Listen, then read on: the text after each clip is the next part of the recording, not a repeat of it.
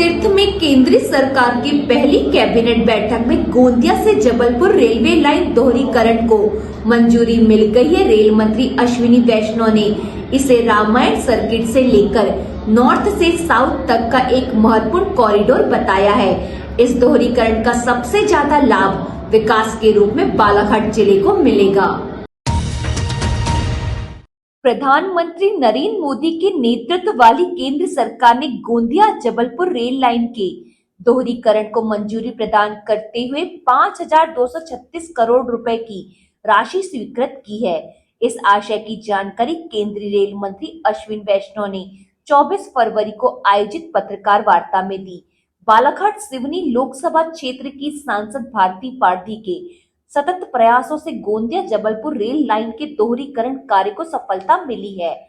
इस कार्य के पूर्ण होने से मध्य प्रदेश के विकास को गति मिलेगी और रोजगार के नए अवसर सृजित होंगे। कैबिनेट ने जो महत्वपूर्ण फैसले लिए हैं आज, उसमें सबसे पहला फैसला लिया है केरला का नाम परिवर्तन करके केरलम। दूसरा, गोंदिया से जबलपुर रेलवे लाइन को डबल करने का।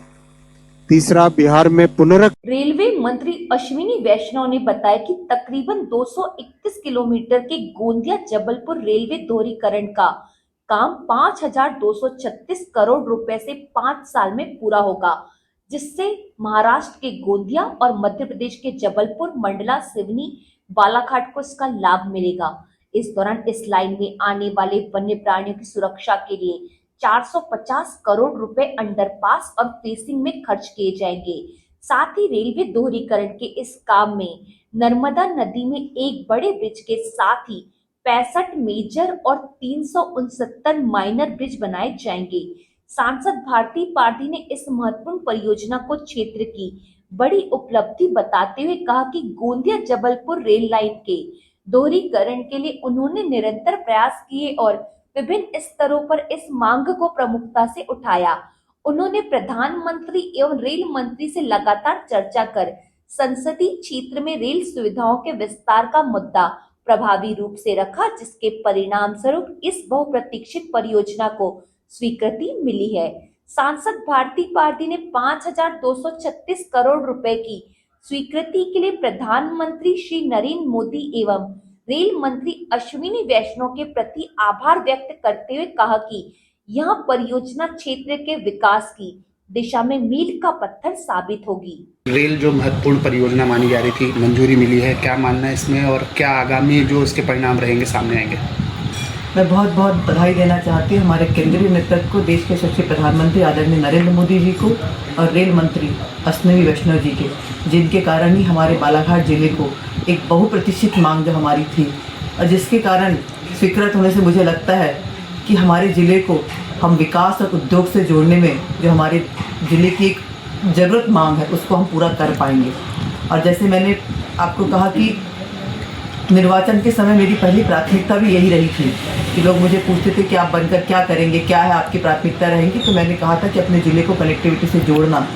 क्योंकि हम यदि अगर देखें तो हमारा ज़िला पहले हम नैरो गेज में थे, अटल जी की सरकार के समय ही ब्रॉड गेज में हम आए थे और आज हमारी भारतीय जनता पार्टी की मोदी जी की सरकार में हम डबल लाइन हमारे ज़िले को मिलेगी।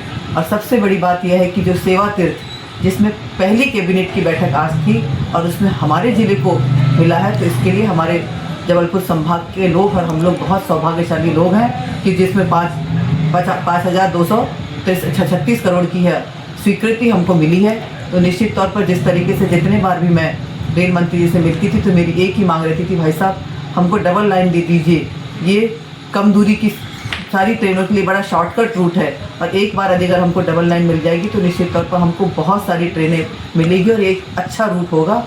मैं बहुत धन्यवाद देना चाहती हूँ आपके माध्यम से हमारे नरेंद्र मोदी जी को, अश्विनी वैष्णव जी को और हमारे प्रदेश के मुख्यमंत्री, जिनका हम समय समय पर उपयोग करते रहते थे कि भाई साहब बोलिए आप भी तो हमको इस स्वीकृति मिल जाएगी, तो हमारे मुख्यमंत्री जी को भी मैं बहुत धन्यवाद देना चाहती हूँ। एक मांग जो है लगातार उठ रही है कि जो बालाघाट में नैरो गेज में सतपुड़ा एक्सप्रेस के नाम से चलती थी, बहुत ही प्रख्यात ट्रेन, तो क्या उस नामकरण की कोई ट्रेन बालाघाट को मिलेगी? ऐसा कोई प्रयास आपके द्वारा किया जा रहा है? करेंगे धीरे धीरे भी है। मैंने पहले भी कहा कि बहुत सारी चीज़ें जब हम मांगो तो हमको उसकी संभावनाएं कम हो जाती है।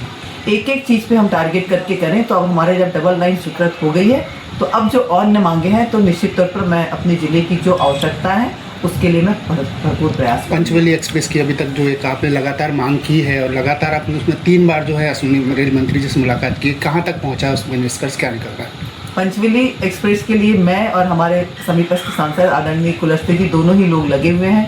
ये बात सही है कि हम दोनों सांसद चाहते हैं कि हमारे यहाँ से जाए, क्योंकि हम आप सब जानते हैं कि अपने लिए अपने पास रायपुर जबलपुर तो मिल गई, लेकिन लंबी दूरी की, चाहे वो भोपाल इंदौर से होते हुए दिल्ली की, कोई ट्रेन नहीं है।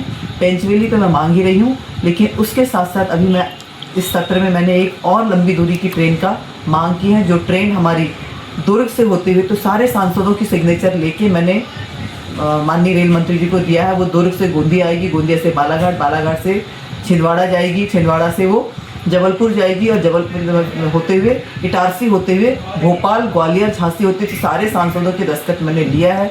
तो मैं प्रयास में लगी हुई हूँ कि कोई भी एक ट्रेन पंचवली हो, चाहे कोई अन्य भी ट्रेन हमको मिले। लेकिन अब मैं आश्वस्त हूँ कि जब हमको डबल लाइन मिल गई है तो हमको बहुत सी ट्रेनें जरूर मिलेंगी।